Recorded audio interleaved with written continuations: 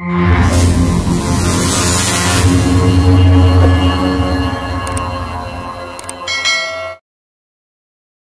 ಒಂದು ತರಗತಿಯಲ್ಲಿ ಸರ್ವಮಂಗಳ ಅವರು ಬರೆದಿರುವ ತಡೆ ಪದ್ಯಭಾಗದ ಬಗ್ಗೆ ತಿಳಿದುಕೊಳ್ಳೋಣ.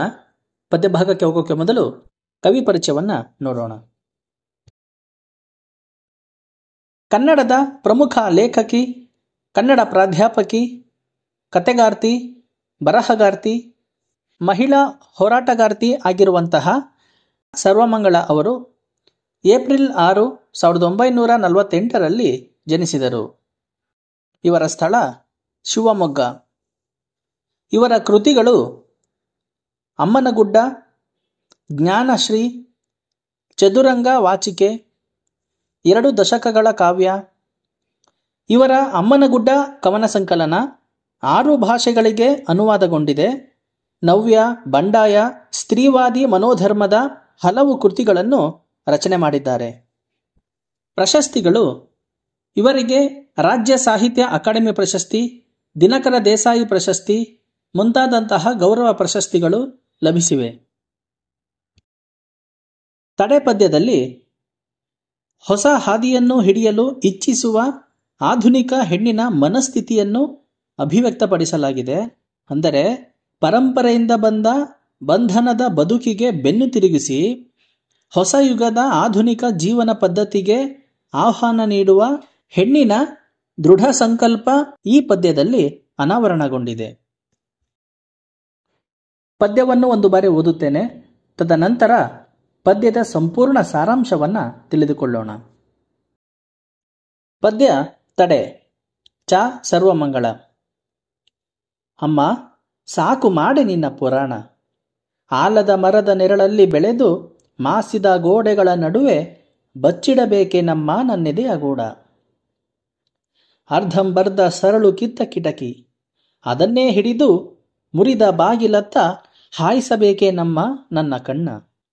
ರಸ್ತೆ ಸೀಳಿ ಹೊರಟ ಡಾಮರಿನ ರಸ್ತೆ ನೋಡುತ್ತಾ ಬಾಣಂತಿ ಕೋಣೆಯಿಂದ ಬರುವ ಅಕ್ಕನ ಮಗುವಿನ ಅಳು ಕೇಳುತ್ತಾ ಬೇಸರದ ನಲ್ಲಿ ತಿರುಗಿಸುತ್ತಲೇ ಇರಬೇಕೇನಮ್ಮ.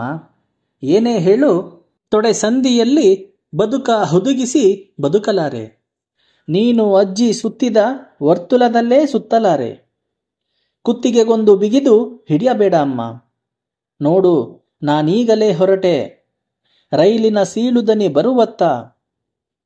ಹೊರಗೆ ಕತ್ತಲು, ಕಾಣುತ್ತಿಲ್ಲ ಹಾದಿ, ಹೊರಡುವೆನಮ್ಮ ರೈಲಿನ ಕೂಗು ಹಿಡಿದು. ನಿನ್ನ ದಮ್ಮಯ್ಯ ಅಮ್ಮ, ಅಳಬೇಡ, ಕರೆಯಬೇಡ, ಸಾಯಬೇಡ. ಹಾಗೆ ನೋಡಬೇಡ. ಗೊತ್ತಮ್ಮ, ನನ್ನ ಹಿಂದೆ ಹುಟ್ಟಿದವಳು ಉಡುತ್ತಿದ್ದಾಳೆ ಸೀರೆ. ನಲ್ಲಿಯಲ್ಲಿ ನೀರು ಬರುತ್ತಿದೆ, ತುಂಬಿಸಬೇಕೇನಮ್ಮ ಬಚ್ಚಲಿನ ಹಂಡೆ. ಪದ್ಯದ ಸಂಪೂರ್ಣ ಸಾರಾಂಶವನ್ನು ತಿಳಿದುಕೊಳ್ಳೋಣ.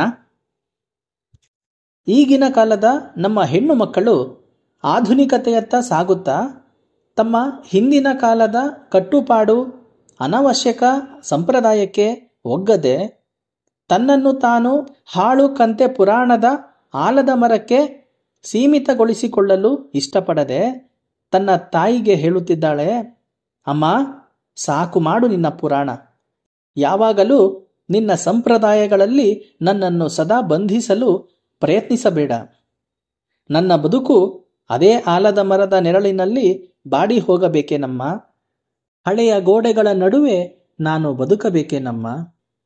ಬಣ್ಣವಿಲ್ಲದ ಬದುಕು, ಹಳೆಯ ಸಂಪ್ರದಾಯದ ಗೂಡಲ್ಲಿ ನಾನು ಮುದುಡಿ ಹೋಗಬೇಕೆ ಎಂದು ಎಳೆಯ ಮನಸ್ಸಿನ ಹುಡುಗಿ ಅಮ್ಮನನ್ನು ಪ್ರಶ್ನಿಸುತ್ತಿದ್ದಾಳೆ. ಹಾಗೆ ಆಧುನಿಕ ಹೆಣ್ಣು ಮಗಳು ತನ್ನ ತಾಯಿಗೆ ಕೇಳ್ತಾ ಇದ್ದಾಳೆ, ಈ ಅರ್ಧಂಬರ್ಧ ಸರಳು ಕಿತ್ತ ಕಿಟಕಿಯನ್ನು ಹಿಡಿದು ಮುರಿದ ಬಾಗಿಲನ್ನೇ ನೋಡಬೇಕೆ? ನೀವು ಅನುಸರಿಸಿದ ಸಂಪ್ರದಾಯದ ನಿಯಮಗಳನ್ನು, ಆಚರಣೆಗಳನ್ನು ನಾನೂ ಕೂಡ ಮಾಡಬೇಕೆ?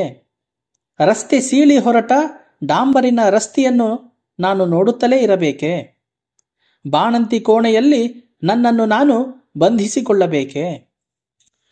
ಅಕ್ಕನ ಮಗುವಿನ ಅಳುವನ್ನು ಕೇಳುತ್ತಾ ಬೇಸರದಲ್ಲಿ ನಲ್ಲಿ ತಿರುವುತ್ತಾ ಸದಾ ಹೀಗೆ 4 ಗೋಡೆಯ ಮಧ್ಯೆ ಇರಬೇಕೇನಮ್ಮ?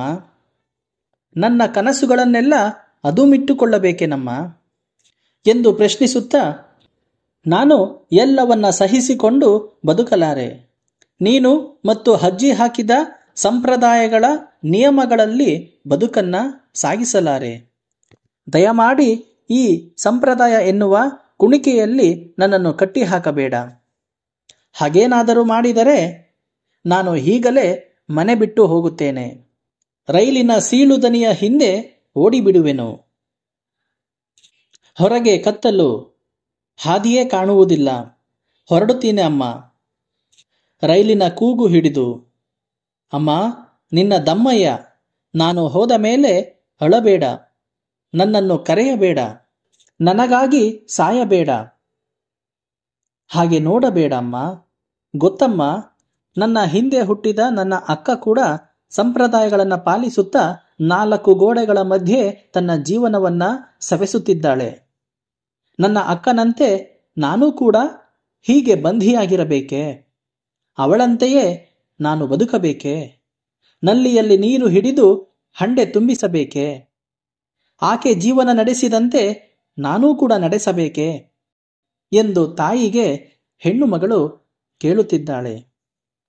ಒಟ್ಟಾರೆಯಾಗಿ ತಡೆ ಪದ್ಯದಲ್ಲಿ ಹೊಸ ಹಾದಿಯನ್ನು ಹಿಡಿಯಲು ಇಚ್ಛಿಸುವ ಆಧುನಿಕ ಹೆಣ್ಣಿನ ಮನಸ್ಥಿತಿಯನ್ನು ಅಭಿವ್ಯಕ್ತಪಡಿಸಲಾಗಿದೆ.